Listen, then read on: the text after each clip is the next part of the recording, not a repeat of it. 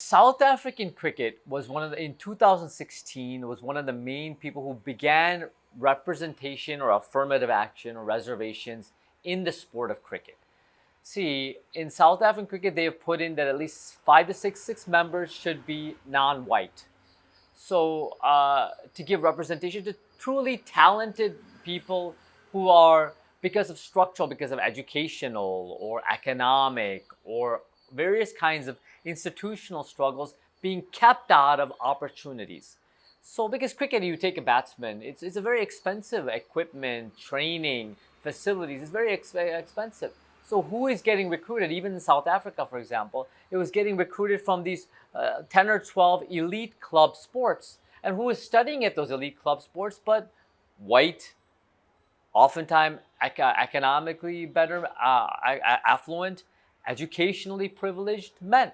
So these are the ones accessed. So in 2016, South Africa put that in, and it didn't put it in from the top, like the representative of the nation, take a couple here, take a couple there. No, they brought it in from the bottom rungs. They brought it in from the under 15, the under 19, from the grassroots on a bottom level. And then actually since 2016, South Africa has risen in standing on many places from like 7th to even 2nd or 3rd. And even in this present World Cup, they fought Australia in the semifinals. They gave them a good fight. And if anybody could have won, because see, India was clearly the best team overall because it won 9 to 10 games before the World Cup final.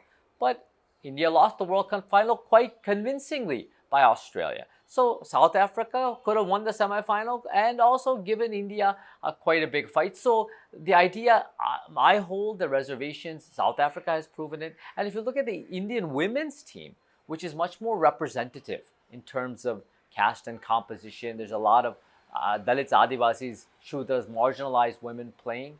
Indian women's team is a very good team. In 2017, Indian women's team went to the World Cup final. So you're talking about, there's no question, this idea, this narrative, this kind of dominant caste, majoritarian narrative that somehow reservation undermines talent, undermines merit, that is false.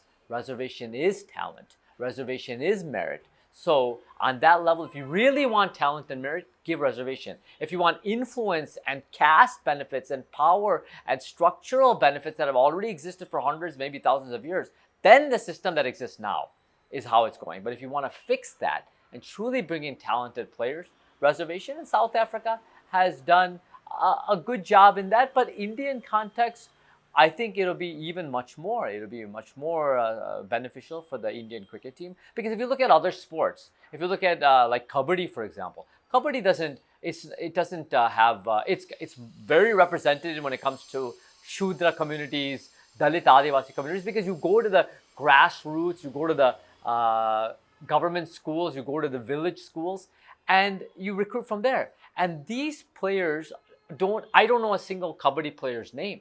But because of the media, everybody knows like the 11 players who have played on the Indian cricket team. These are the Kabaddi players can't have proper uniforms, don't have proper infrastructure, don't have advertisements, are not partying with the Bollywood elites and even potentially marrying a Bollywood film star actress. Yeah, so there's a clear-cut divide between the sports in different sports. Well, and cricket is beneficial, and when it's so beneficial, then the feudal system, the system of inequality, continues to persist because the people in power maintain that power and they maintain that influence, and then people get in through various ways and they are considered talented. I'm not saying they're not talented, but talent exists in every caste, every community, every place. It's all about us looking for it and having the will to bring that out and giving the opportunity. If we give the opportunity for Dalits, Adivasi, Shudras,